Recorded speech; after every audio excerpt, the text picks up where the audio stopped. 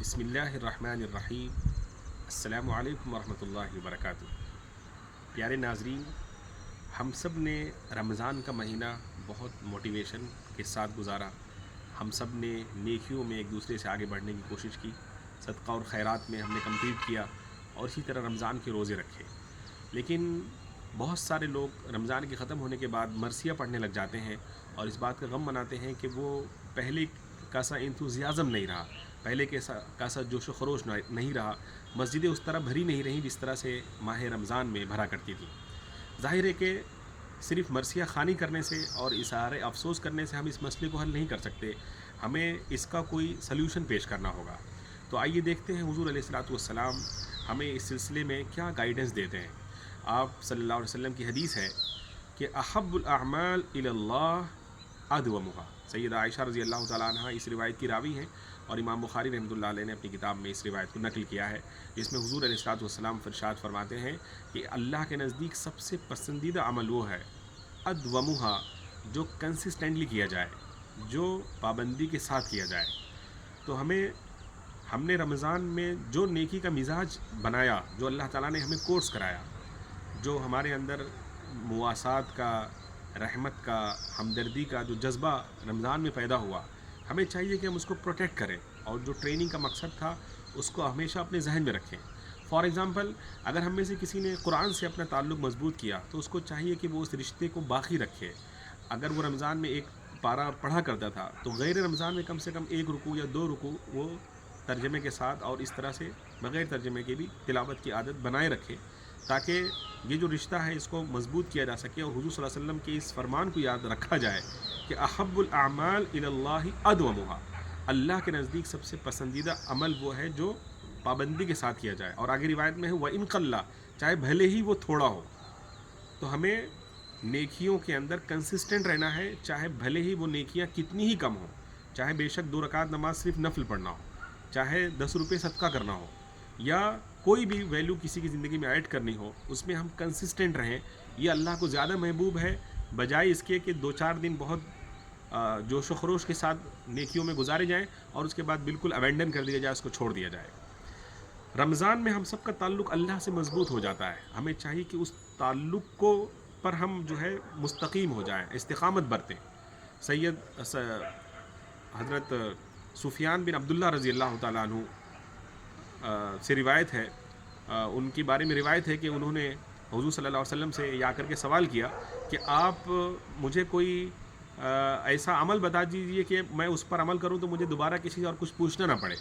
تو حضور صلی اللہ علیہ وسلم نے ان کو ایک 1 لائنر دیا اور ان سے فرمایا قل آمنت باللہ ثم استقم، کہ آپ کہیے کہ میں اللہ پر ایمان لایا، پھر اس پر استقامت برتو، پھر اس کے اوپر جم جاؤ، پھر اس کے اوپر کنسسٹنٹ ہو جاؤ۔ اصل میں محض ایمان میں لایا اللہ پر، یہ زبان سے کہہ دینا کافی نہیں ہے، بلکہ اس کے بعد اس کے نتیجے میں انسان کو جو کچھ ریپرکشنز فیس کرنے ہوتے ہیں اور جس طرح سے دنیا کا سامنا کرنا پڑتا ہے، اس کے بعد انسان ثابت قدم رہے تو پھر اللہ تعالیٰ کی اس پر خوشخبری ہے۔ جیسا کہ سورہ فصلت میں ارشاد ہے ان الذین قالوا ربنا اللہ، کہ وہ لوگ جنہوں نے کہا کہ ہمارا پروردگار اللہ ہے، ہمارا رب اللہ ہے۔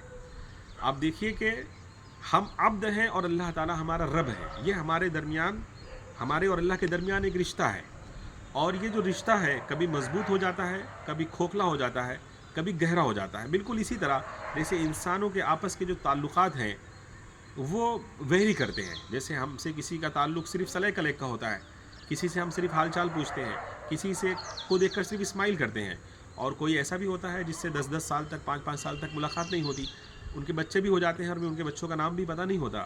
اسی طرح ہم میں سے ہر شخص کا تعلق اللہ کے ساتھ مختلف ہوتا ہے۔ کوئی روزانہ نماز پڑھ کر بھی اس کو اللہ تعالیٰ کی یاد نہیں آتی، کوئی مسجد میں رہ کر کے وہ یہ سوچتا رہتا ہے کہ کب نماز ختم ہو اور ہم باہر چلے جائیں، اور کسی کے لیے نماز کا وقت ایک خوشی کا موقع ہوتا ہے، ایک اپارچونٹی ہوتی ہے، اللہ سے ملاقات کا موقع ہوتا ہے، وہ خوش ہو جاتے ہیں۔